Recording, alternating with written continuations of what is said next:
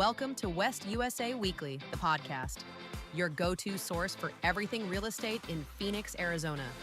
We're breaking down market trends, local insights, and the moves that matter most to Valley agents. Interviews, tips, and the latest from one of Arizona's top brokerages, all in one place. Let's dive in. Good morning, West USA. Welcome to another edition of our Monday morning podcast. Big announcement. I haven't even talked to Nick about this. This could very well be my last Monday morning podcast here. I was about to say welcome back. The Cardinals have reached out and they figured that they can't do any worse. So I'm being called in to do some interviews for the head coaching job. That's crazy, man. They called me to see if I would audition for the quarterback. So looks like we're... I thought you were going to be running around with the flag down at the end of the end zone. Same height. I think the Broncos need a quarterback more than the Cardinals do Yeah. right now. All right, little sneak peek of what we got coming up. Of course, we got Todd Menard here to look at the numbers, the Mortgage Minute update by the Frederick team. I'm going to share 3 tips to leveraging scripts, kind of my personal philosophies on scripts. Nice. And then we have Q here from Q and AI. We're going to discuss AI and some incredible tools and assistance for agents that they can implement into their business right away. So pretty excited about that. Yeah.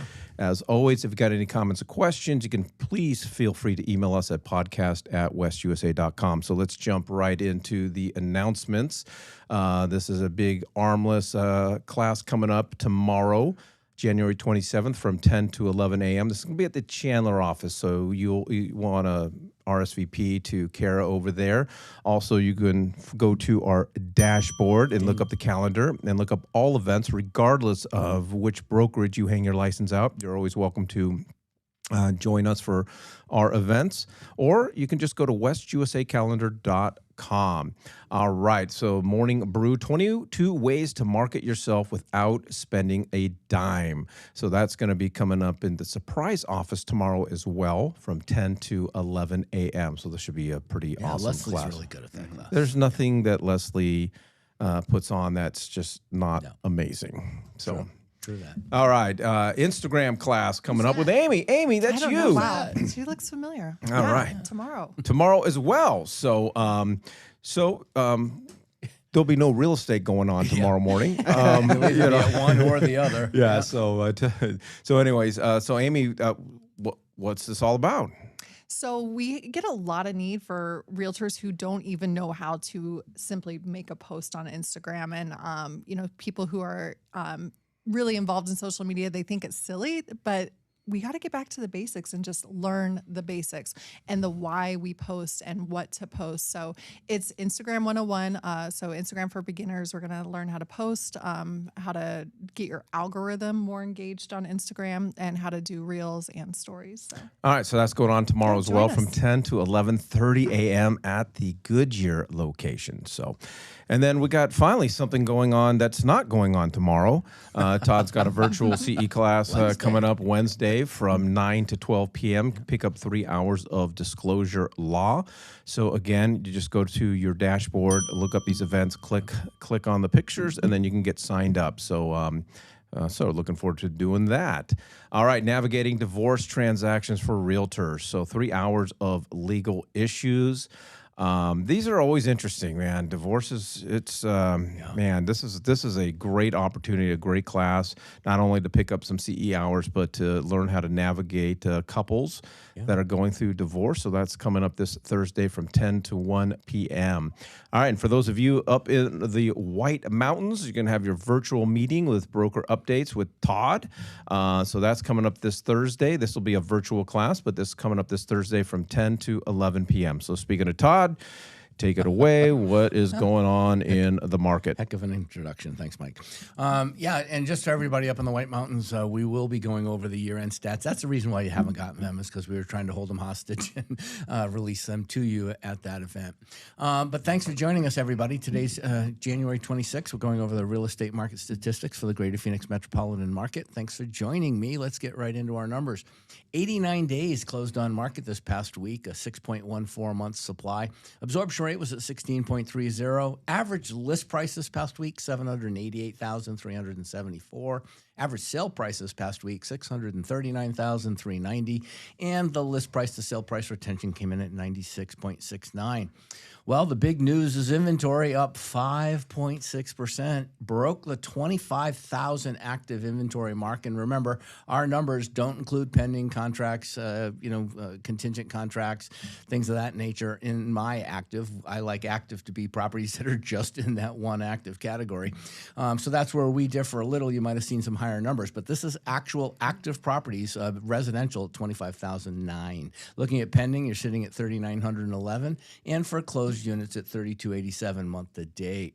Looking at new listings, 2,500. Another reason why the inventory went up. We've always been talking, Mike, about being over 2,400. 2,549 new listings added this past week. Brings our days on market for active to 92 and for closed at 85. Looking at the lower left-hand side, notice every category is in the black. That means every category increased in units. Obviously, hence the increase in the number of active properties. So our $0 to $600,000 category is representative of 67.04% of the MLS. 600 to 1 million is 18.67%, and 1 million and up is 14.29%. And also, all of those categories increased this week. So we take a look at the spreadsheet where everybody gets to be the expert. We have week over week, month over month, and same week last year. So 2549, that was good. Slide your eyes to the right. We're in the top red there. Slide your eyes to the right. You'll see last year we were at 2283. We thought that was good.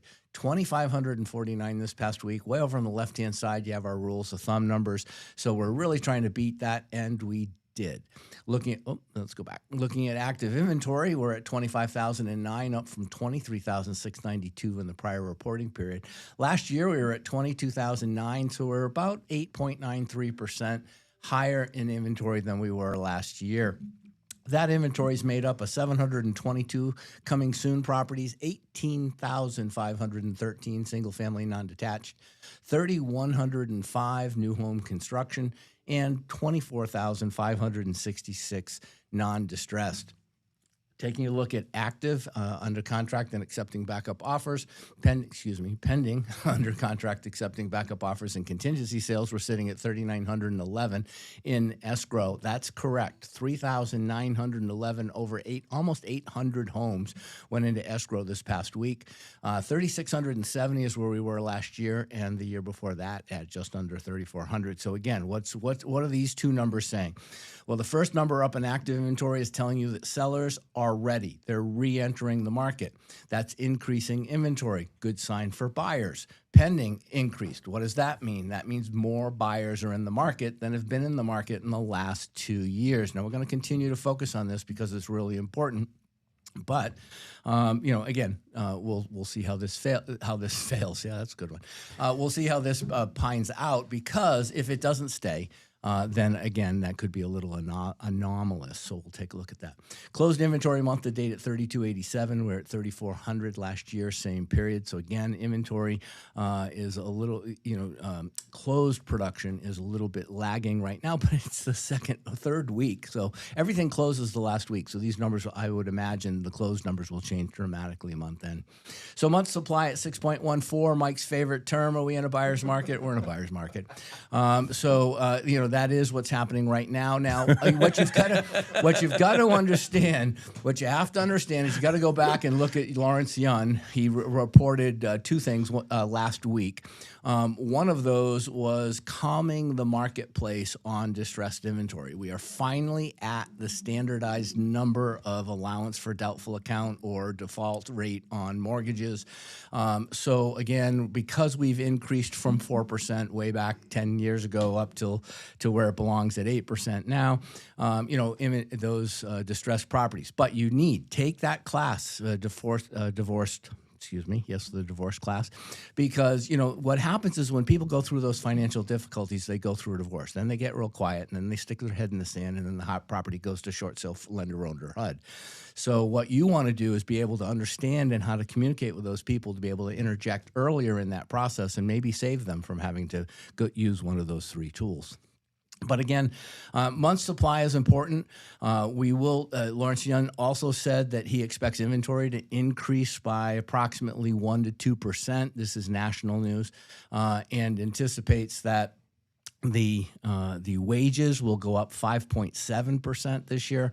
So if those two things take place, this will be the first time in 17 years when, at least as he says, that income will grow greater than property value. Taking a look at the median sales price, we're at $454,995. We've been hovering right around that 450 number for over a year.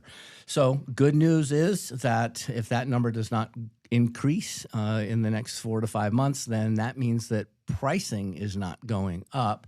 If pricing isn't going up, it's not going up because there's more buyers in the market and more inventory in the market. What happens is when there's more buyers and less inventory, now we slide down into a seller's market, but that's not where we're at right now. Taking a look at days on market, the market is still slowing up a little bit, close to 90 days on market. And the list price, sale price retention is a little bit better, not a lot, but what took place over this last week anyway was sellers gave up about almost 2.75%, 2.33% to 2.75% off of their list price, not their original list price, but off their list price. So the last 2 markets have been the last 2 weeks, the market's been pretty steady. We're looking to pretty much forecast that that's what's going to happen over the next couple of weeks. So, Mike, that's the numbers for this week. All right. Good stuff. Finally, a buyer's market. Jeez. Yeah. I've only been talking about it for 6 months. Yeah. Well, your wish happened finally. All right, Amy. Good or bad? Our wish did happen. Justin's not here, and we got Amy. Yeah. Nobody tell Justin that he said that. I won't. Or flood his inbox. Actually, I will. I will tell him that. That might be good kudos for me. Nick's texting him right now. So, that's good news that the average days on market's decreasing. So that definitely shows that with the rates staying the same are a good sign. Definitely a buyer's market. We did see rates drop into the 5s about 2 weeks ago. But if you look at the overall 52-week average, like this time last year, we were sitting at the high 6s and low 7s. So I've been saying for a couple of weeks now, buyers are understanding that this is the rate. They're not scared of it anymore. They definitely are looking at the overall payment more instead of being scared of a 6% rate. If we do see rates to drop towards the middle to end of the year, they might drop into the 5s. All the analysts are saying that if it does drop into the 5s, it's going to be really quick. So we got to jump on it and so stay in front of your buyers. There's tons of buyers out there. Stay in front of them. Stay in front of your database. So we all know, if you know me, I get the fun part of the job. I get to do all the fun stuff and make life a little more entertaining. So we are going to play a quick trivia game. So everybody grab a buzzer. Okay. Hopefully it's not too loud for the people listening. Yep. All right, we're just going to go through a couple quick questions. And I just want to make sure it works. There's no prize, so you guys all get a participation trophy. Okay? Oh, right. Okay. All right. All right, here we go. All right. Which disclosure triggers the mandatory waiting period before closing? All right, Mike. A, closing disclosure. Wrong. Damn. B, the loan estimate. Well, you were first. That's what I was going to say. And people, I should have waited and see. I knew Nick would have stepped up. Yeah, a lot of people get confused between the loan estimate and the closing disclosure, but the loan estimate actually triggers RESPA. So, hold on. Go back. I messed up on this slide because I'm human, so I'm just going to read it out loud, okay? Hold on. So you messed up on the slide, so the answer was A. No. Okay. By RESPA and TRID rules, what is the fastest a loan can close after the loan estimate is issued? Mike? 3 days. 4 days. Anybody else? Nick is right. 7 days. Again, you're confusing the loan estimate with the closing disclosure. Yes, you can't close until 3 days after closing disclosure is I'm just issued. thankful that my clients aren't watching this. So for anybody else out there, if you get your loan triggered and you send the loan estimate out, we can close in 7 days. So there you go. That's nice. Yeah. Okay. What does RON stand for? Rule of something. Numbers. Remote. Oh, Nick. Online notary. Oh my gosh. Wait, he's right. you didn't hit your buzzer. Buzzer, buzzer, buzzer. He's right. Yeah. Remote online notarization. Give me time. There you go. Good job. Did you look at these beforehand, bro? I had no There's idea. Oh, way he you- might have. A Wow. lot of They people are don't know impressed. this. This allows documents to be notarized completely online. So if you're serving overseas, you're out of the country, you use an audio-visual technology, you show your ID on the video, and it allows us to close. So remote online notarization. It is out there. We so. need to use that in some other areas too. Yeah. Technology. All right. How long is an appraisal valid for conventional loans? 90 Todd? days. I don't know. Anybody I really else? don't know. I'll go with 60. Okay. Nick, you got a guess? Let's say 180. 120 Oh, days. So, nice. yeah, this is great because it really You protects should go on the Price is value. Right, bro. Yeah, seriously. I went over. I would have lost. Oh, you did. That's Yeah. right. Yeah. All right. Fairway controls processing, underwriting, and closing in-house. Yes. Yes. True. Yes, True. true. Well, you True. see- I should have so it's you true said or yes, false. so that's the wrong answer. That's You said yes. I said right. true. All That's right. true. Okay, we'll give you. Hey, you Mikey guys, gets you guys one. all did really good. So, yeah, you guys, this is huge. We have complete control over the loan, the entire length of the transaction, because we have in-house underwriting. That makes it where we can, throw some tougher deals through before we even get pre-approved. So, yeah, if you're working with Fairway, that's a huge added perk. So, All right, I'll just say this. So the next time you're on, Todd and I, we're coming in with a quiz for you. A pop quiz. hey, I was a realtor. No, I had my actually, real you know estate what? license. I'm impressed. That was actually a little bit of fun and good questions though.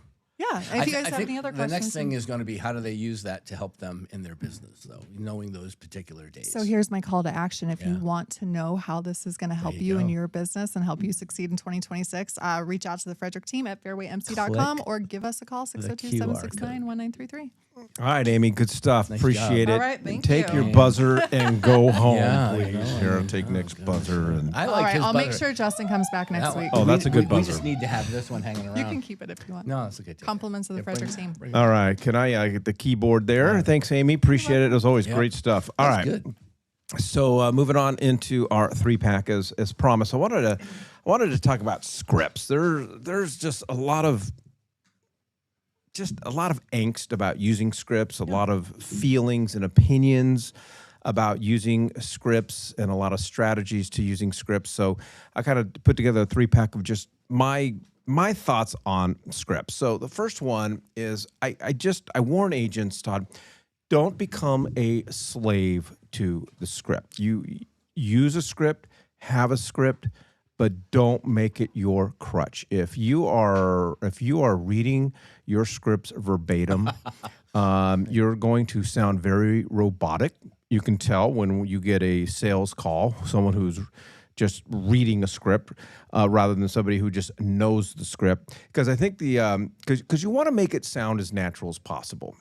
And that's the problem with having like a script right in front of you and making calls. It doesn't sound, it just sounds like you're reading. And I can tell when somebody's not sincere. reading. Yeah. And I'm not saying don't use a script. No. I'm just saying don't become a slave to it. Because at the end of the day, when you're on the phone with someone, you are having a conversation with them. And if you're just, again, reading it verbatim, it's very, very difficult to become conversationalist and just have that natural flow. Yeah, I totally agree with that. But I want to make people realize, scripts are designed to help you navigate through particular objections potentially. But scripts aren't just what you think. It's not a sales trick, a gimmick, a tool. It's what you've found works over time. And so you build your own script database as well. If you were to go out, Mike, and go to some burger joint and you ordered a burger, you know exactly what the questions are to ask that particular person. You're comfortable with it. You're with it. The other person comes in, orders a burger, and eats it upside down, and think that they're doing the right thing. I don't know. But the question here with scripts is that people, there's a process. First is just like a movie character. You have to memorize it. Then you have to internalize it, understand why it says what it says, and what what it causes the consumer to feel. Number 3, you get to customize it, which is your ability to change it, to modify it, to be on the, what do they call that? Just be quick in replying. And then the 4th one is to capitalize upon it, because if you do it right, you win. But to your point, don't be a slave to it. Don't force yourself to have to read a script. Think about what the script says and then put it into your own words. The consumer may be thinking about it differently. I mean, the thing that you need to start with before you start with the script is, what is the goal for the conversation? And then that's kind of where your script comes from. If you're writing them yourself or you're taking somebody else's, as you guys have already mentioned, it's a conversation. And I guess the term script gets people sometimes flummoxed. Let's use that word. Ooh, good word. A script is an outline of a conversation. You're just trying to build the conversation in a way that allows you to walk through it carefully, clearly, and so that your objective is obtained. That's what the outline or the script is there for you. If you're calling about a specific thing, the script is easier, but you still have a script when someone asks you about interest rates. When someone asks you about the current market, is this a good time to buy? You're answering a question based on a script that you've been able to internalize and create based on the information that you have. That's what a script is. So sometimes agents get in their own way about the term script when they really should just be comfortable having conversations, and that's what scripts do. Yeah, and I think for me, a script for me is the starting point. There is the content that I need to personalize to overcome whatever objection that I'm trying to overcome. So my strategy and what I like to do is I like to take a script and become very familiar with it, but turn it into bullet points. Because it's just like when you have a PowerPoint presentation. You shouldn't always just be reading specifically from the PowerPoint presentation, but you have a bullet point and you become so familiar with it. And when the bullet point pops up, you now know your talking points. And so I like to make a list of bullet points for each script rather than just having, again, long sentences and long paragraphs to read. But become familiar with your bullet points. When I'm taking a look at an objection, I can write the bullet points of what are the possible objections, what are the possible pushbacks I'm going to get from that consumer. But what I love about bullet points as opposed to just reading a paragraph, because if you're, again, becoming a slave to the script, you're just reading a paragraph, you're going to have a hard time pivoting. Because if I'm reading verbatim, and then Todd, you challenge me on something, then I got to scroll through the papers, and you lose your place. It's like that choose your own adventure book. I got to flip to page 22 or whatever the case is. Because if you're being a conversationalist and you are overcoming objections, you have to be able to pivot.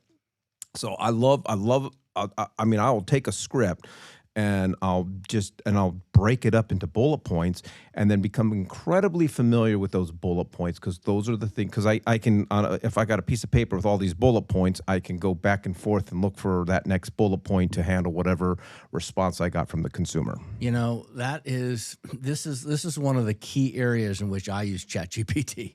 And realistically, you can turn on your microphone and talk into it. Don't type, because you type at a different thought process speed than you talk. So put it on the talk and basically or start off, here's another thought, you can do this as well. Put off, what are the consumers, what are Arizona real estate buyers' objections to the market at this point? Or you can pick particular areas and then take that one and say, give me a script for this, a 1-sentence script or 2-sentence script for this, and then it'll give it to you. But you said something, Mike, and I want to tie to that. Then ask it, what is the objection going to be from that person when they hear me? Or what are the 3 top objections? Or what are the 3 top objections? Good point. And so that allows you to dig down and know what the objection's going to be before you ever show up and ask the question. Well, you're going to be in for a real treat, because we got Q&A on later on they're going to talk about this and how you can take what you just said and actually do it with ChatGPT. So it's going to be great. Yeah, and the bullet points, it allows you to, conversations are chess games. You do this, I'm going to do this. I mean, we're trying to get someone to come to our mindset, our mentality on their own, so they self-realize that they want to work with me, they want to use me, they want to get into the marketplace as best as they can. So the bullet point versus reading out the script is paramount. I've been fortunate in the last couple of years to do a lot of public speaking. Every single time without fail, when I write down verbatim what I want to say, and then I have it written down, and I go up, and I've read it through 100 times, but I'm still reading it, versus just having a bunch of bullet points and I'm just talking based on my knowledge and feeling and emotion at that moment. Whenever I just bullet point, it's always 100% better than when I write it down word by word. Because you're allowed to bring in that emotion, and you're able to just pivot on your emotions and pivot. And your bullet points pull you back when you go down the tangents and you have a conversation. All right, good stuff. Yeah, that's good. Well, maybe Nick's saying, Todd, you should use more bullet points. Well, I don't know. All I know is my ChatGPT experience just told me that the best way to use Plus is to start allowing it making my operating system. So I just started working on that this week. So we'll see. All right, and then at the end of the day, this is the big one. You can study and you can read and you can memorize all day long any script that you have in front, and you can go through the process of creating all the bullet points, but you can't replace role playing. If you are not role playing, then you're beginning the role playing process with a potential buyer or seller, and that's not where it's not where you want to practice. So for me, and it's a constant battle, because a lot of agents, they're fine with the scripts, they're fine with points number 1 and point number 2, but it's like, okay, am I going to role play in a room with another agent? And there's a lot of anxiety with that. But if you wait till the real game, you're going to feel that same anxiety. So role play is essential because it allows you to practice. And you can role play with family, you can role play with friends, and more importantly, I think it's incredible to role play with other agents. It is, and I think that it's that intimidation factor, and that's the piece that is the valuable lesson to role playing. Or when I first started in sales, they used to video you. They would tell you, they would actually there'd be another person, there'd be 2 people role playing, but they would put you under a video. The added pressure of being even recorded now adds that. So once you think you know what you're saying, then turn the camera on and record yourself. When I started in high school, I started speaking, and back then we had cassette players. I don't know whether anybody remembers those. And I remember the first technology. I remember, and it had a Discman, right? And I remember the first time I ever spoke, I was a senior in high school, and I spoke in front of a bunch of other high school students, and I recorded myself. And I walked out of there going, man, I am the best mamma jamma of all time.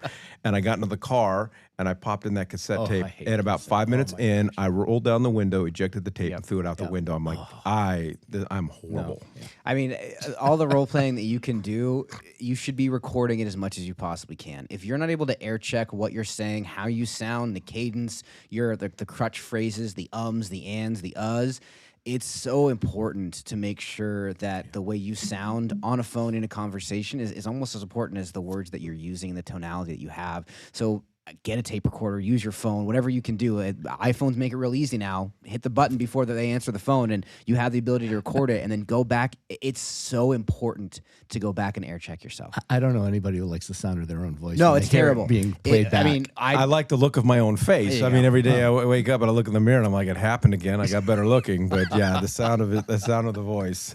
Yeah. And then we're gonna lead into, because we got a very special guest on this morning, of when it comes down to role playing, of leveraging ChatGPT for role playing. And we're going to get into it because there's a difference of just using ChatGPT to role play with, as opposed to having ChatGPT already geared up as a buyer or as a seller and so forth. So with that, we're going to welcome Q from Q&A&I to the podcast. He is our, Nick, he's our AI specialist. I know you guys have had a lot of conversations with him. Yeah. All right, good talk. Well, I don't know if I was talking or Q was talking. Yeah, Q and I have been able to connect a couple times. He has a product that he was interested in building, trying to get agents in front of it and kind of looking for some feedback on it. I have looked at a lot of AI software, a lot of AI prompts and GPTs, as they're called. This one is pretty special, and so I was excited when we were able to get him to join us this morning on the podcast. I know him and Claudia Ewen, our director of coaching, are going to connect and go through this and see what they can do to help our agents get really into AI more than we've seen in the last year or so. All right, Q, well, welcome to the big show. So what do you do? Yeah, well, first and foremost, thank you guys for having me. And basically, I help real estate agents adopt AI reliably into their day-to-day, without the headache. Yeah, so let's get into it. So the reality of AI, it's the new thing, in 2026, everyone's touched ChatGPT at least once, and it's something that sounds powerful, but using it can sometimes feel annoying. Sometimes it's not consistent, you're not getting, the same outputs, and I've found that a lot of agents kind of just stop using it, after a week or two. And why is that? Because for me, say it. Go back if you can. Say it feels annoying. I think for a lot of agents, including myself, it took me a long time to even start using ChatGPT because you mentioned the word. It's powerful. For me, it's especially at my age, it's just overwhelming for me. And then I get started into it, and I learn something new. And like you have on here, I stop after week one because it's just very, very overwhelming. Why are you finding agents stopping after week one of because we go to all these classes, we go to this AI class, and they teach us how to do it. And then I go back and I sit down on my computer and I'm like, what's my login?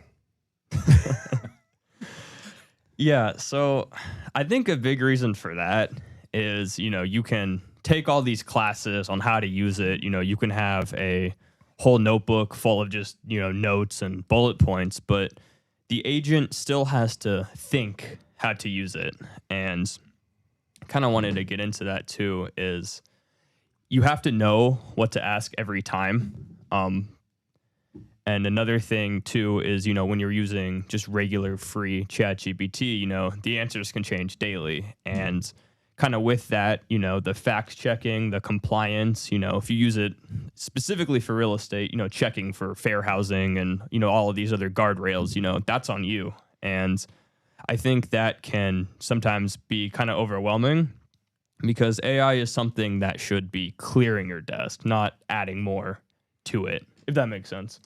I think we can talk about this slide for a while. Yeah. I mean, just really quickly. So you have to know what to ask. You also have to know how to ask it. And I think Todd has gotten really good at That's good marital advice. For sure. The tone also I know what to ask. I just don't know how to. I mean, I've gotten frustrated with mine because we've been working together, my AI and I, for a long time. When it gives me a bad answer, I'll get mad. And it says, you have a right to be frustrated. But I didn't understand when you asked the question. I'm like, don't you take that tone.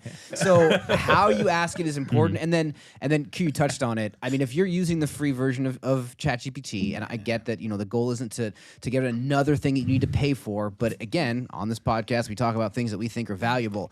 Paying for the premium version of ChatGPT, I think, is something that smartest thing ever. Yeah, it gives you more consistency. Your answers aren't changing based on whatever Reddit forum it read that day. It's a better use, a better tool when you do invest in it.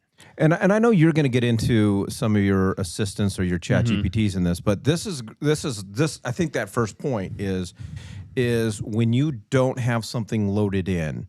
And you don't have it set up right, when you just start with a literally just a blank screen, whether it's I need to now create this marketing email, or I need to do this and I need to do that, and I know you have a great AI assistant when it comes down to writing MLS descriptions and things like that.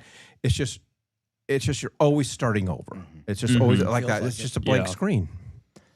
Yeah, no, and kind of to the point, where you were saying, Todd, you know how to write good, prompts, good inputs, but the reality is not everybody does. And, kind of what I wanted to get into is like, the real problem agents are having is, AI, it's not something that's hard, but it's, that clear thinking every single time, having to make that decision every single time of, okay, how do I word it?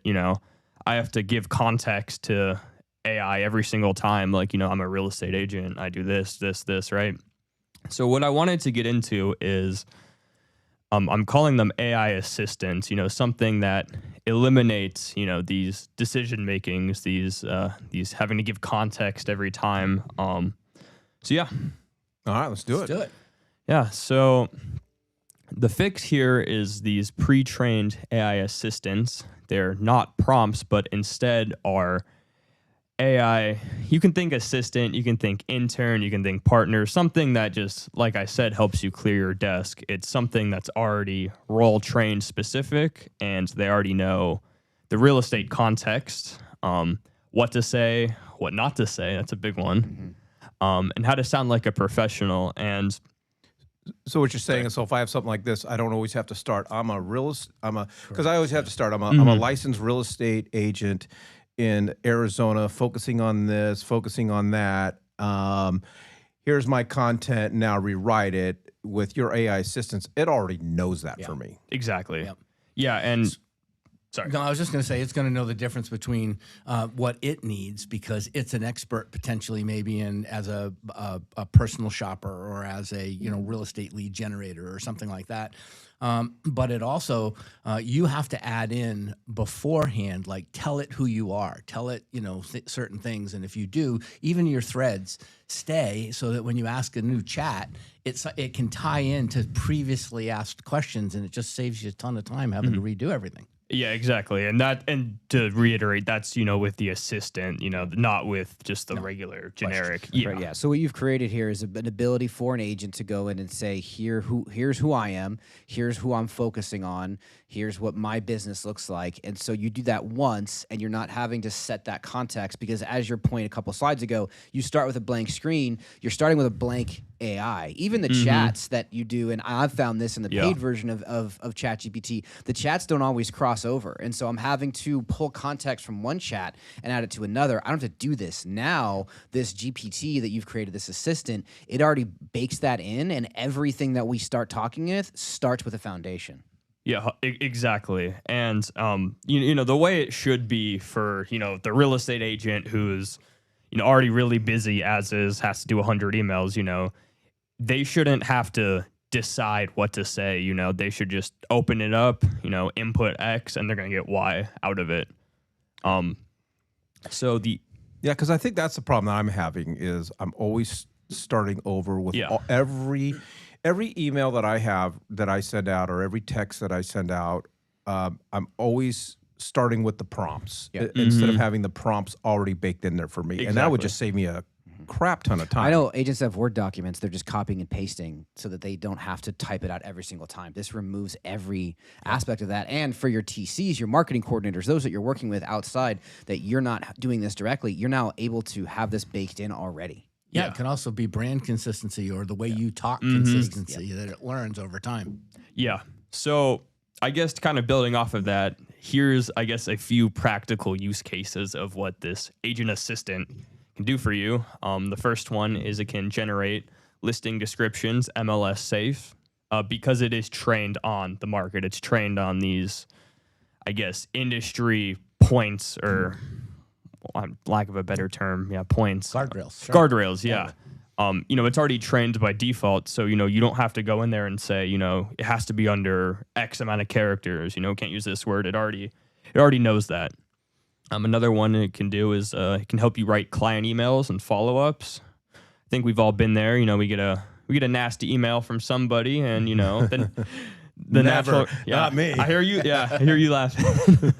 So the natural response, right, is I need to stand my ground, right? But now with AI, something that's trained on industry safe emails, you can check it and not send something you regret. Another thing, another good use case for the agent assistant, it's trained on dozens and dozens of just buyer and seller FAQs. If you need it, and let's say a client-facing version of that, you can just get it instantly, right? You don't have to type the same question and answers over and over again. Well, what I love about the FAQs is I think the FAQs are, if you're looking for social media content, the FAQs are a great starting point, because FAQs stand for frequently asked questions. And instead of, sometimes we're like, okay, what am I going to post on Facebook, or what kind of, series am I going to do on social media?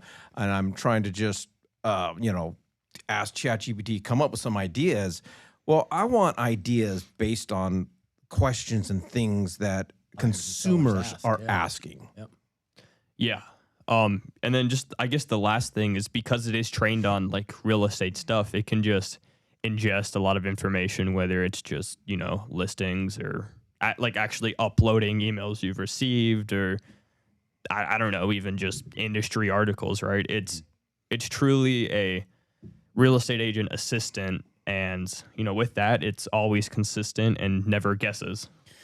So again, a lot of stuff on this. Listing descriptions, the one thing that I would also recommend that most agents aren't doing that they should be, they're going to hire a listing marketing company to do photos and most likely write the descriptions for their listing. It is still the agent's responsibility to vet, review, and approve that description. If you're not copying and pasting that description and dropping it in here, you're getting yourself in potential issue, but you're also now double checking to make sure that the other entity is doing a good job. And now you have a backup of what's happening there. The client emails and follow-ups. I mean, we get into this all the time. A quick story. We've had a couple of reviews on our Google pages for West USA that were a little frustrating, and I just didn't have a good way of writing the response back. I dropped it into our AI system, and it was able to give me a really good response. I never would have come up with that. It has more time than we do. It has more brain capacity than we have. It lets us stop worrying about and thinking about all of these things, and it takes the second guessing out of it, so you can kind of brain dump all that stuff. The buyer and seller FAQs is pretty self-explanatory. I know I'm kind of bouncing through these bullet points, but it's a lot of good stuff. And then the ingesting information, guys. It's as a research assistant that you dump documents and emails and articles and all kinds of stuff into, and now that it knows who you are, it will customize the summation to what it thinks is important to you, and it knows what's important to you because you've told it already one time. You're not having to continue to give it more context, so that when you drop an article in, when you're asking it for information on the marketplace, when you're looking for new resources, when you're having a problem with X and you're looking for a solution for Y, it's going to give you a better output when you start from this level than you're just starting from scratch. Think about journaling too. When you're asking it questions, or it's automating and replying back to you articles that just popped up in a particular genre that you've asked it to inform you on. But ask it to chronologically put the date in there, date and time, and that changes a lot. Yeah. So, I mean, now that we kind of just went over what the agent assistant does, let's talk about what it looks like for you. The busy real estate agent, first, and I'd say one of the most important things, it replaces just staring at the blank screen, right? You can already save, minutes that add up, right? By just kind of just getting in there instead of thinking, you're just doing, really. It replaces manually rewriting emails. I can't wait for this. I can't wait to really hammer that in. Yeah. Again, it replaces second guessing your tone, wondering if you've crossed the line, back to the whole nasty email example, and it just removes that whole decision fatigue. Yep. All right, so let's get into the next one. This is one of my favorites. I have been playing with this for months now. I actually have had my team playing with this for months now. And we were talking about earlier about scripts, and we were talking about role playing. And this role playing assistant thing is, I think, one of the coolest things that I've seen, because we all know that you can role play with ChatGPT, but again, it's adding so many prompts. Q, you have developed a role playing assistant where all the prompts are already preloaded, all the scenarios are already preloaded, And when before I started using your tool, we would do role playing, and all I would just be sitting there. I'd have to type, and then say start role play, and then it would type back to me, and I'd have to type back. Role playing via the keyboard is, and then with your tool, I'm just able to. I can speak into my microphone, and it speaks back to me, and I think.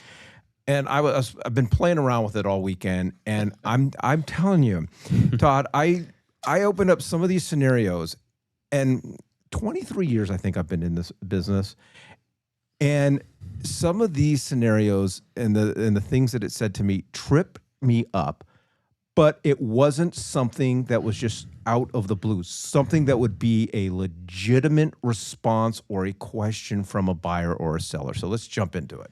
Yeah. So, for me, kind of just talking to different agents and, team leaders, it was like, what if there was a way you could role play without bugging somebody else, on weekends, or bugging the team leader, right, when they have their plate full. So we figured out a way to utilize AI that's, safe practice reps with zero risk of messing up. Because if you say the wrong thing, okay, great. Reload the chat, right? It's... So here's kind of, I guess, building off of that, you can practice the following with some of these assistants that I've built for role playing, right? Price objections, that's a big one. Commission pushback, I do know that's another common one. Nobody cares about that. Yeah.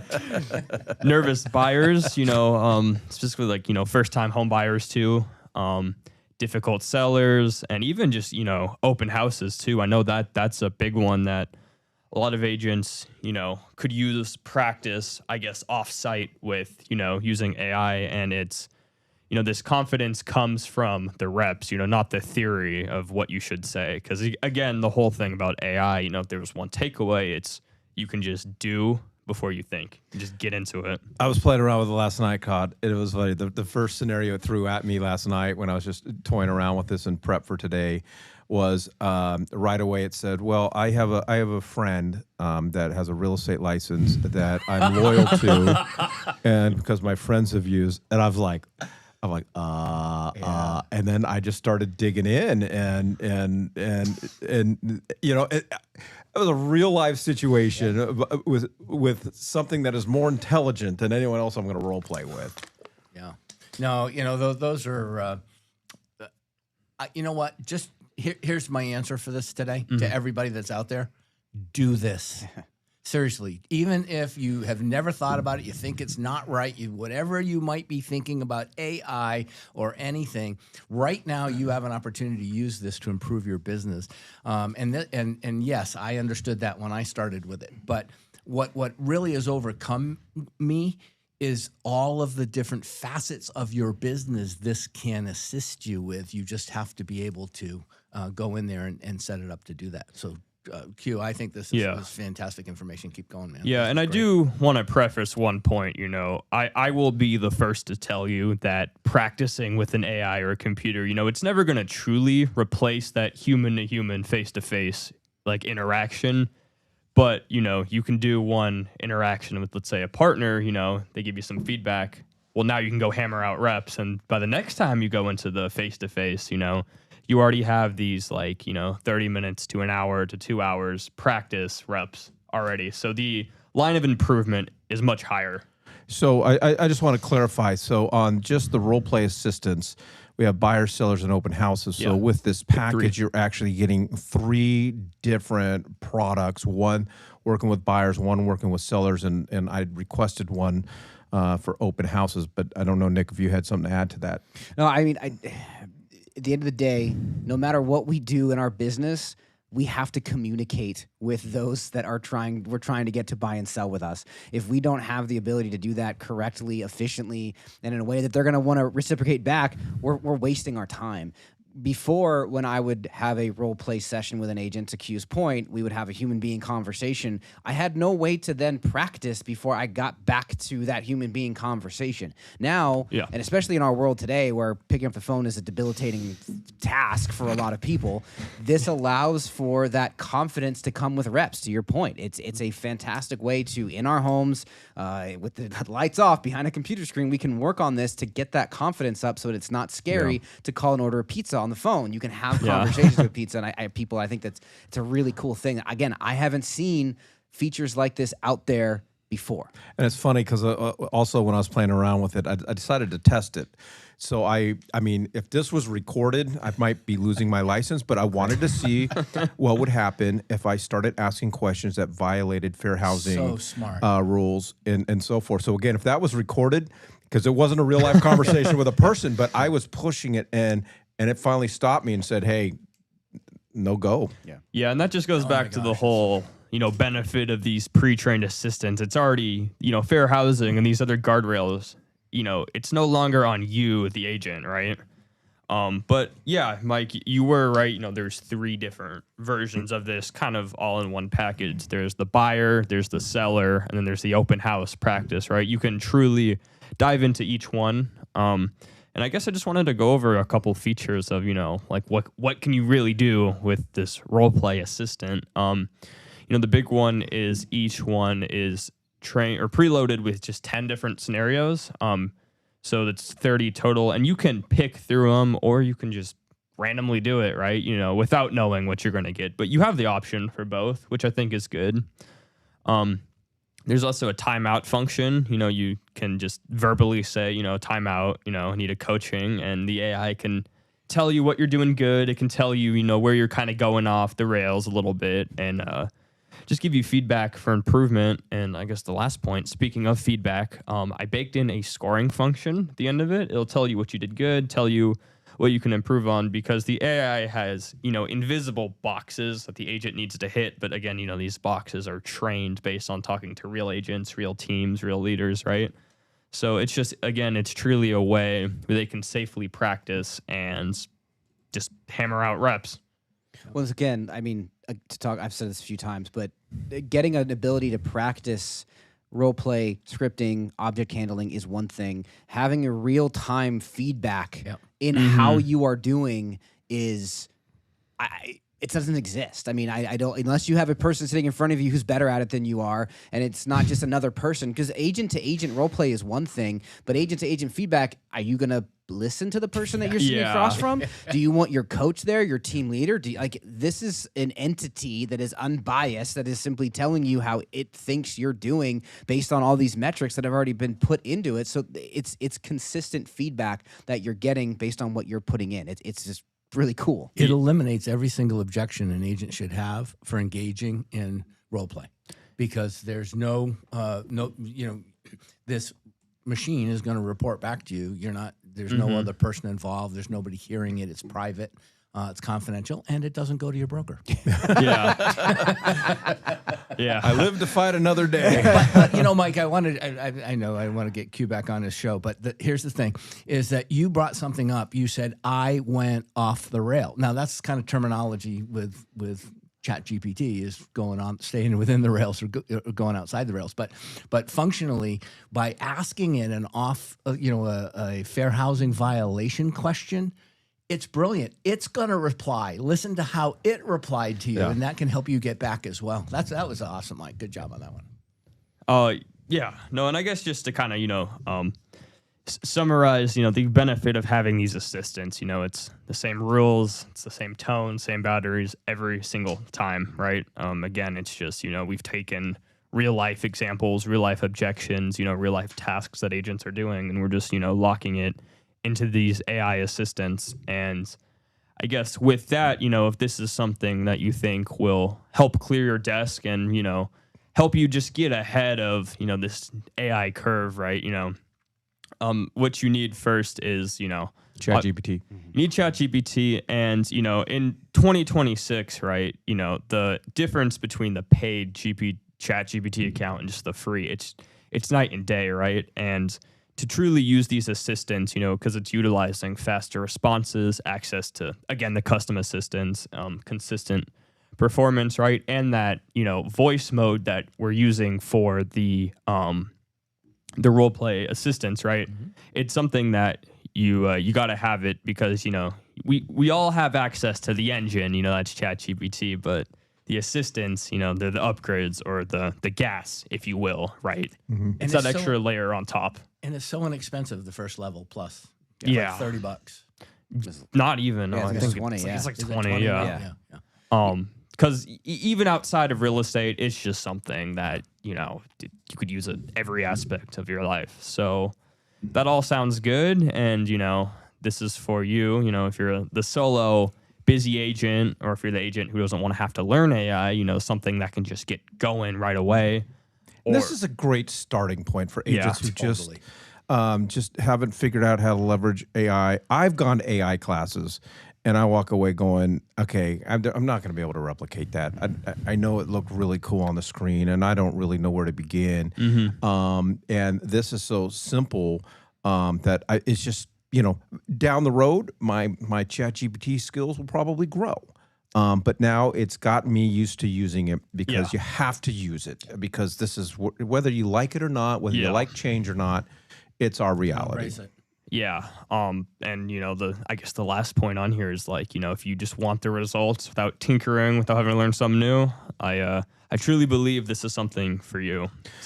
So for a real quick second, because I know it's not here on the slide, but you've built some of these assistants for our team, and every once in a while we'll throw it up on the screen, make the agents come up front and do the actual role playing and so forth. But you do work with other teams that need bigger and larger, workflows or assistants and so forth. Speak to that. Yeah. So the teams, there's some similarities, but now it looks a little different because now you have a whole group of people who not only need the same tools, but there needs to be some just level of consistency, right, across the whole team. You don't want to have 5 really good agents who are good at prompting, who know ChatGPT, and then you have 3 that have never touched it, right? So now there's the element of not only the assistants and the tools, but the people. So, when we work with teams, we also do AI workshops too, just helping everyone truly get to the same starting place, right? So now, there's consistency across the board, right? Now, the 3 people who don't know AI don't have to bug the 5 who do, right? Because Nick, I may not bug you anymore, buddy. Thank you. Yeah. So what I'm hearing you saying is that each time you meet with a new team or a new business, you're helping them identify what their KPIs are, what they're trying to accomplish. Then you're building that potentially. I'm not saying this one that you've already done is cut and paste. It's play. Yeah, more for the solo agents. Right. Yeah, exactly. But these other ones, it's personal for that team. That team's going to get personal. It's not just a prompt. They're going to get personal assistance, and you're going to help navigate that process. Yeah, exactly right. And, something for Mike's team too, the 401k group, they specialize more in, the investment side, and, they now have this AI infrastructure layer, if you will, right? Everyone's trained across the board, and this AI knows that that's the focus of the 401k group, right? Yeah. And, with them and, what we do for other teams, other companies too, is, not only the training and the assistance, but also just the consultation, identifying where the work can be easier with AI, right? Just identifying that. And I guess to kind of build off of that, just the final thoughts with just all of this is AI, it shouldn't feel like another job. It shouldn't feel like a process, a project, a giant learning curve. It should clear your desk and quietly handle the parts of the job that you don't enjoy doing, because let's face it, I think we all have that. Mike, imagine asking ChatGPT through one of Q's predetermined assistants that an agent could ask, here's me, this is me. Where do I go and how do I engage with people to find out more if they might be interested in real estate, and then let it go. Yeah. So people that can't figure out where the next deal comes from. Yeah. And you can help them do that. Yep. No, exactly right. And, if that all sounds like something you want to integrate, into the day-to-day work life, the email is up there, q@qandai.tech, or you can just text me at 602-513-9923 for any questions too, or if you just want to move forward with integrating AI. And then we do have a QR code up there too that takes you to book a 15-minute free just chat. If you want to talk about this farther, more in-depth questions, book a meeting too. But yeah, feel free to text, email, and let's embrace this. And I would say if you want to learn more about pricing and it's very, very reasonable and just really kind of how other people have been using it to succeed, definitely want to reach out to Q. Again, his information's up there. But really, at the end of the day, you have the opportunity to pick up the AI, what would you call it, like an office assistant?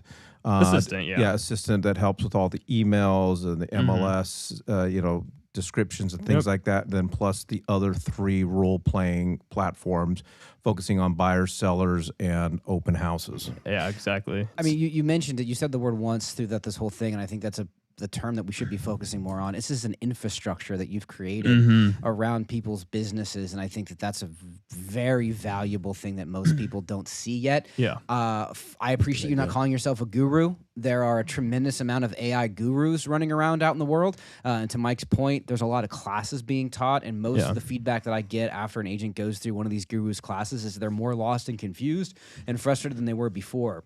Yeah. So breaking this down at a much more 101 bite by bite scenario, I think is phenomenal. But yeah, if you guys have questions on where you can take your real estate business utilizing AI's infrastructures, I would highly recommend you reach out to Q. All right, Q. Oh my gosh, this was such a great job. Good stuff. Thank you for having me, guys. I appreciate it.